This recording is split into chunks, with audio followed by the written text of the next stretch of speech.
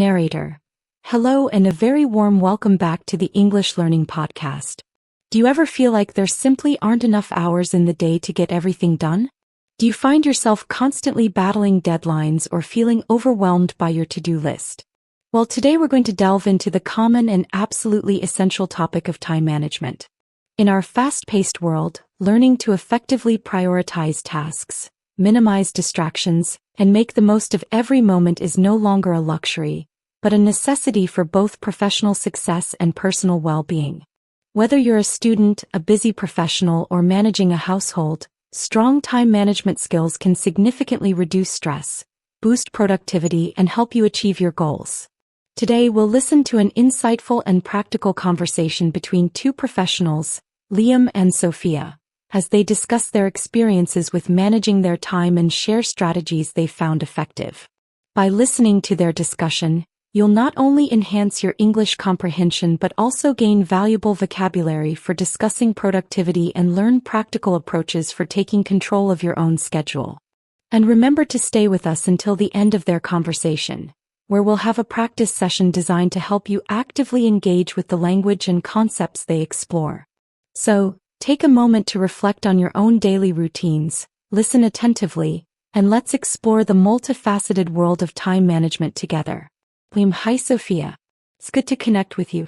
I was just reviewing my calendar for the week and it got me thinking about how critical time management is in our busy lives. What are some of your initial thoughts or common challenges you've faced with managing your time? Sophia, hi Liam. It's great to chat with you too. You've hit on a really important point. For me, one of the most persistent challenges has been procrastination, especially with large or daunting tasks.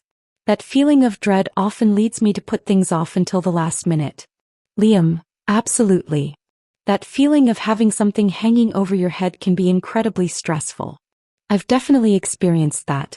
Another challenge I've faced is simply feeling overwhelmed by the sheer volume of tasks and not knowing where to begin. Sophia, yes, the dreaded endless to-do list. It requires a lot of discipline to break it down.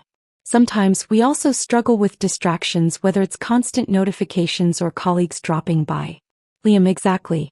And sometimes, even if you have a plan, unexpected interruptions can completely derail your focus. What about recognizing the need for better time management? Was there a specific moment for you when you realized you needed to improve in this area? Sophia, several times. For me, it often became apparent during periods of high stress or missed deadlines. Feeling constantly behind or realizing I was working longer hours without seeing proportional results was a clear sign. Creates a lot of burnout. Liam, definitely. The feeling of being unproductive despite putting in a lot of effort can be quite disheartening.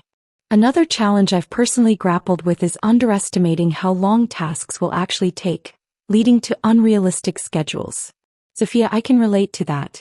The optimism bias when planning tasks is common.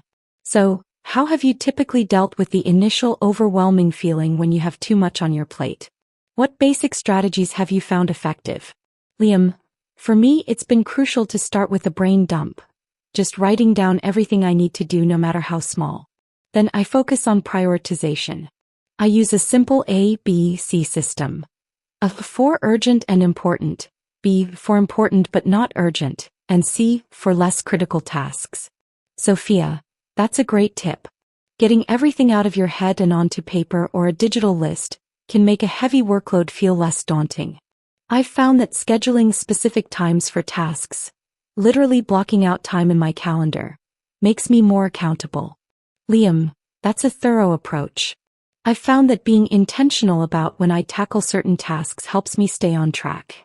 And identifying time wasters, those activities that consume a lot of time without adding much value, has been crucial. For me, it used to be excessive social media scrolling. Sophia, that's a proactive way to handle it. I've found that tracking my time for a few days without judgment can reveal surprising patterns of where my time actually goes versus where I think it goes. And being honest about those time wasters is the first step to eliminating them. Liam, and what about more advanced techniques? Once you've got the basics down, what strategies do you use to optimize your time management? Sophia, for optimizing, I found the Pomodoro technique to be incredibly effective, especially for focused work. It involves working in 25-minute intervals, separated by short breaks. It helps combat procrastination and maintain focus. Liam, those are excellent strategies. I've also found the Eisenhower matrix very useful for decision-making regarding tasks. It categorizes tasks into 4 quadrants: urgent/important, do first; important/not urgent, schedule; urgent/not important, delegate; and not urgent/not important, eliminate. It's a great way to prioritize strategically. Sophia, absolutely. It provides a clear framework for action. What about using technology? How do you leverage tools to help with your time management? Liam, technology is crucial for me. I rely heavily on my digital calendar for time-blocking meetings and focus periods. I also use reminder apps for smaller tasks and project management software for tracking larger initiatives. It helps me visualize my day and week. Sophia, definitely. Digital tools can be a game changer. I use similar tools, and I also find specific apps for note-taking that integrate with my calendar to be very helpful for keeping track of details related to scheduled tasks. And what about delegation? That's a powerful time management tool for managers. Liam, absolutely. Effective delegation is about knowing when to pass on tasks that someone else is better equipped to handle, or when a task doesn't require your specific skill set. It frees up your time for higher value activities. It's not about offloading, it's about optimizing team resources. Sophia, that's a crucial point. It also empowers your team members. And what about the art of saying no? That can be a significant time saver, but it's often difficult to do without feeling guilty. Liam, it certainly can. Learning to say no politely but firmly to non-essential requests or extra commitments that don't align with your priorities is vital. It protects your time and energy. It's about setting boundaries. Sophia, that's a professional approach.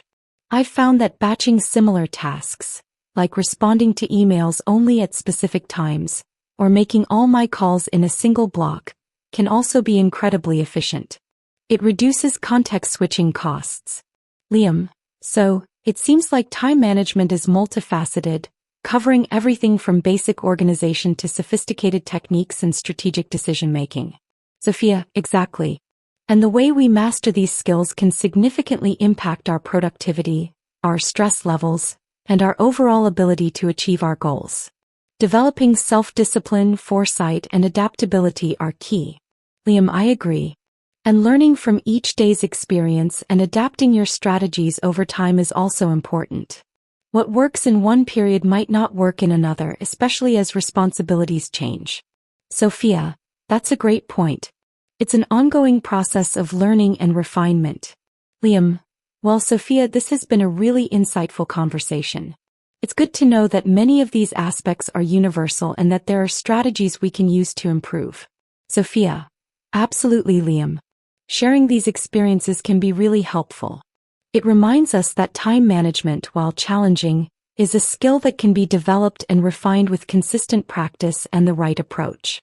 Narrator. That was a truly insightful and relatable conversation between Liam and Sophia, exploring the diverse and often complex landscape of time management. They shared practical strategies for overcoming procrastination, prioritizing tasks, utilizing advanced techniques, leveraging technology, and recognizing the importance of delegation and setting boundaries. Now, let's move on to our practice session to help you actively engage with the language and concepts they explored. Practice section. Part 1. Vocabulary of time management. Let's review some key vocabulary and phrases related to time management that Liam and Sophia used. Time management. The process of organizing and planning how to divide your time between specific activities. Oh, think about. Why is time management considered a valuable skill in the workplace? Procrastination. The action of delaying or postponing something. Oh, what are some common reasons for procrastination? Daunting tasks. Tasks that seem difficult, intimidating, or overwhelming. Oh, how can you make daunting tasks feel less overwhelming? Overwhelmed by tasks, feeling like you have too much to deal with. Oh, what makes you feel overwhelmed by tasks? Sheer volume. The extremely large amount of something. Oh, how does the sheer volume of emails affect your productivity? Distractions. Things that prevent someone from concentrating on something else. Oh, what are common distractions in your work environment? A derail focus. To cause someone to lose concentration or attention. Oh, how can constant interruptions derail your focus? Burnout. A state of emotional, physical, and mental exhaustion caused by prolonged or excessive stress. Oh, how can poor time management lead to burnout? A disheartening. Causing someone to lose confidence or enthusiasm. Discouraging. Oh, why can feeling unproductive be disheartening? Underestimating.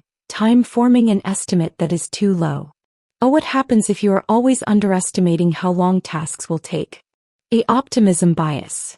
A cognitive bias that causes a person to believe that they are less at risk of experiencing a negative event compared to others. Oh, how does optimism bias affect planning your schedule? Brain dump. The act of writing down all your thoughts and tasks onto paper or a digital list. Oh, how does a brain dump help clear your mind? Prioritization. The action or process of deciding the relative importance or urgency of things. Oh, why is prioritization the first step in effective time management? Accountable. Responsible for your actions and expected to explain them. Oh, how does scheduling specific times for tasks make you more accountable? Time wasters. Activities that consume a lot of time without adding much value or helping you achieve goals. Oh, what are your biggest time wasters? Tracking time. Monitoring and recording how much time you spend on different activities. Oh, how can tracking time help you identify inefficiencies? A proactive way. Taking initiative to act rather than waiting for things to happen. Oh, why is identifying time wasters a proactive way to manage your schedule? Pomodoro technique.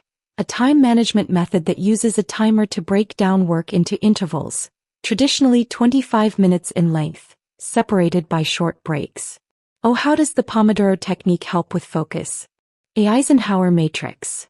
A time management framework that categorizes tasks based on their urgency and importance. Oh, how does the Eisenhower matrix help with strategic decision-making? Time blocking. Scheduling specific blocks of time in your calendar for particular tasks or activities. Oh, how does time blocking help you focus on specific work? Leverage. Tools to use something to maximum advantage. Oh, how do you leverage technology for time management? Delegation. The act of entrusting a task or responsibility to another person. Oh, why is delegation a powerful time management tool for managers? Offloading.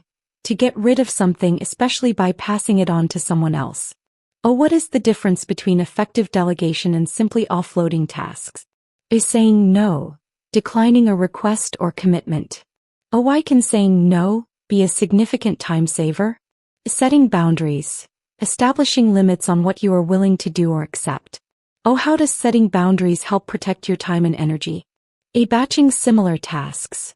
Grouping together tasks that are alike and performing them at the same time. Oh, what are some examples of batching similar tasks in your daily routine? Context switching costs. The time and mental effort lost when switching between different tasks. Oh, how does batching tasks reduce context switching costs? Self-discipline. The ability to control one's feelings and overcome one's weaknesses. The ability to pursue what one thinks is right despite temptations to abandon it. Oh, why is self-discipline key to effective time management? Foresight. The ability to predict what will happen or be needed in the future. Oh, how does foresight help in time management? Adaptability. The quality of being able to adjust to new conditions. Oh, why is adaptability important in time management, especially as responsibilities change? Ongoing process. Something that continues to develop or change over time. Oh, why is time management described as an ongoing process? Refinement. The process of making something better or more polished. Oh, why might you need to engage in refinement of your time management strategies? Part 2. Reflecting on your time management habits. Think about your own experiences with managing your time, past or present. Answer the following questions. What has been your biggest time management challenge, e.g., procrastination, distractions, overcommitment? Describe a time when you successfully managed a very busy period. What strategies did you use? What are your top 3 time-wasting activities and what steps could you take to reduce them? Do you use any specific time management techniques, e.g., Pomodoro, time blocking, to-do lists?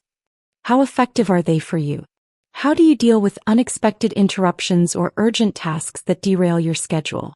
Looking back, what is one major lesson you've learned about time management? What is one area of your time management skills that you are actively trying to improve right now? How does effective time management impact your stress levels and work-life balance? What advice would you give to someone who feels constantly overwhelmed by their schedule? Part 3. Practicing phrases for discussing time management. Imagine you are talking to a colleague in English about your time management habits. Practice using the following phrases in your conversation. I'm trying to get better at managing my time. My biggest challenge is definitely procrastination. I've started time blocking my calendar for focused work. I'm really trying to prioritize my tasks more effectively. I find that identifying my time wasters helps a lot. It's hard to say no to new requests, but I know I need to. I'm trying to be more intentional about disconnecting after work. Do you use any specific apps or tools for time management? I'm hoping to improve my work-life balance through better planning. Practice incorporating these phrases naturally into your explanation of the situation and your feelings about it. Part 4. Role-playing a scenario about time management solutions. Imagine you and a colleague are brainstorming solutions for a common time management problem, such as being constantly interrupted or having too many urgent tasks. Take turns suggesting potential strategies and discussing their pros and cons. Use phrases like, "What if we tried setting specific, do not disturb hours for focused work?" Another option could be to schedule a brief daily check-in to address urgent tasks up front. I think the benefit of that would be that it reduces constant interruptions. However, a potential drawback might be that some urgent matters can't wait. Have you considered batching all your email responses to specific times of the day? That's an interesting idea. How would that work in practice if client emails come in all day? I'm not sure if completely avoiding interruptions is feasible in our role. Perhaps we could explore better ways to delegate tasks to lighten our load? What do you think the next step should be for us to implement some of these ideas? Practice this dialogue, focusing on collaborative problem-solving and respectful communication. Narrator. The ability to effectively manage our time is not an innate talent, but a skill that can be meticulously developed and continuously refined. As Liam and Sophia so thoughtfully illustrated, from understanding our personal time wasters to implementing advanced techniques like the Pomodoro method or the Eisenhower matrix, every strategy contributes to a more productive and less stressful life. By embracing structure, practicing self-discipline, and adapting our approaches, we can transform our relationship with time, turning it from a constant source of pressure into our most valuable resource. Thank you for joining the English Learning Podcast today. We hope this episode has provided you with valuable language and practical insights for mastering the art of time management. We'll be back soon with more engaging conversations to support your English learning journey. Until then, remember that taking control of your time is taking control of your life.